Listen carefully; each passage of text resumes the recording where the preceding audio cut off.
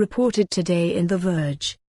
Coral is Google's quiet initiative to enable AI without the cloud.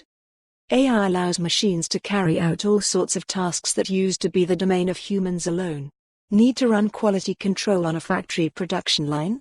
Set up an AI-powered camera to spot defects. How about interpreting medical data? Machine learning can identify potential tumors from scans and flag them to a doctor. But applications like this are useful only so long as they're fast and secure.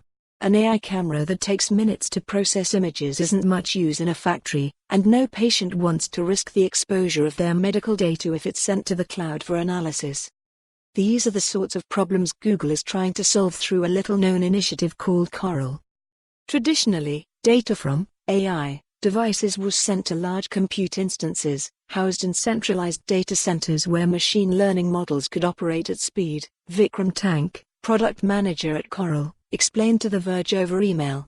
Coral is a platform of hardware and software components from Google that help you build devices with local AI, providing hardware acceleration for neural networks, right on the edge device. You might not have heard of Coral before, it only graduated out of beta last October, but it's part of a fast-growing AI sector. Market analysts predict that more than 750 million edge AI chips and computers will be sold in 2020, rising to 1.5 billion by 2024. And while most of these will be installed in consumer devices like phones, a great deal are destined for enterprise customers in industries like automotive and healthcare. To meet customers' needs, Coral offers two main types of products: accelerators and dev boards meant for prototyping new ideas, and modules that are destined to power the AI brains of production devices like smart cameras and sensors. In both cases, the heart of the hardware is Google's Edge TPU, an ASIC chip optimized to run lightweight machine learning algorithms, a very little brother to the water-cooled TPU used in Google's cloud servers.